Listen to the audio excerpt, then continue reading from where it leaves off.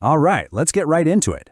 We're going to break down one of the most intense and pivotal moments in recent history, the U.S. strike on Qasem Soleimani, and what it really meant for the world. I mean, seriously, what happens? This isn't some hypothetical classroom question. It's exactly what went down at the start of 2020, and it pushed the world right to the edge, raising some huge questions about the rules of modern warfare. So picture this, January 3rd, 2020. The skies over the Baghdad airport suddenly light up. A U.S. drone strike ordered directly by President Donald Trump had just taken out one of Iran's most powerful and visible military leaders.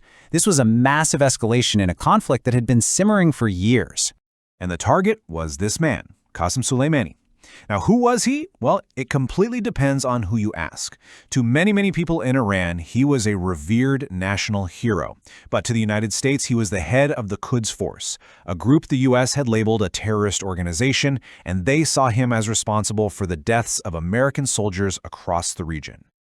Okay, so that brings us to the big question. Why? Why take such an incredibly drastic step? Let's dig into the official justification from the U.S., because this reasoning became one of the most hotly debated parts of this whole story. The Trump administration's messaging was really clear. They framed this assassination not as an act of aggression, but as an act of self-defense. The official line was that this was a move to prevent future bloodshed, not to kick off a bigger war. And it all boiled down to one key word: imminent.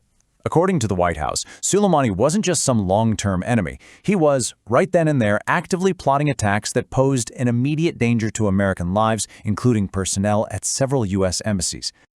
Of course, something this huge doesn't just come out of nowhere, right? To really get why this happened, we've got to rewind the clock a bit and look at the tensions that had been building and building between the U.S. and Iran. And when you lay it out like this, you can see a clear pattern emerging. It really kicked into high gear after the U.S. pulled out of the Iran nuclear deal. From there, it was this tit-for-tat cycle: economic pressure, military skirmishes, and then finally that rocket attack that killed a U.S. contractor, which was really the final straw. And this maximum pressure campaign, I mean, wow, we're talking about over 1,500 sanctions. The idea was to basically cripple Iran's economy and force them to the negotiating table. But instead of bringing them to the table, it just ratcheted up the hostility in the region. So the strike happens. And in the immediate aftermath, the entire world just held its breath. Iran's response was fast, and the consequences, well, they were both direct and tragically unintended. First, Iran retaliated. They launched a barrage of missiles at bases in Iraq where U.S. troops were stationed. But then, just hours later, with the whole region on a hair trigger, a catastrophic mistake happened. Iranian air defenses, on high alert, shot down a civilian airliner, thinking it was a threat. It was an absolutely devastating reminder of the human cost when tensions are that high. So the immediate military crisis seemed to cool down a little, but a whole new conflict was just getting started. And this one was being fought in the arena of international law. And this chart just lays out the legal battle perfectly. The U.S. stood its ground, saying, hey, this was legal self-defense against an imminent threat. But much of the international community, including experts at the UN, pushed back hard, saying, hold on, you never actually showed us the proof that the threat was imminent, which could make the whole thing a violation of the UN Charter. And this is the legal standard we're talking about. It's an incredibly high bar. The UN's own expert on this stuff pointed out that for a preemptive strike to be legal, the threat has to be so immediate that you literally have no other choice and no time to think. Critics just didn't think the US case met that bar, not even close. From Iran's perspective, well, you can imagine. This wasn't some legal gray area. They went to the United Nations and argued that this was a flat-out illegal act of aggression.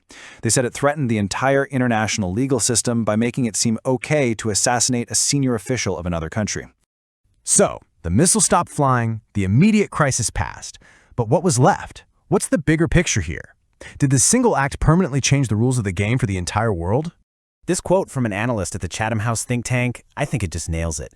The real fear wasn't just about this one strike. It was about a potential shift away from international law and towards a world where powerful countries feel like they can just use force whenever they want. So, if you're wondering why this all matters, this is it. The strike on Soleimani raised these massive, fundamental questions about the future. It challenged the very idea of national sovereignty and blurred the lines between war and peace in a really dangerous way.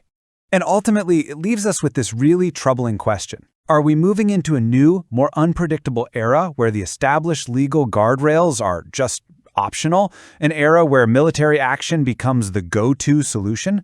That's the question the world is still grappling with today.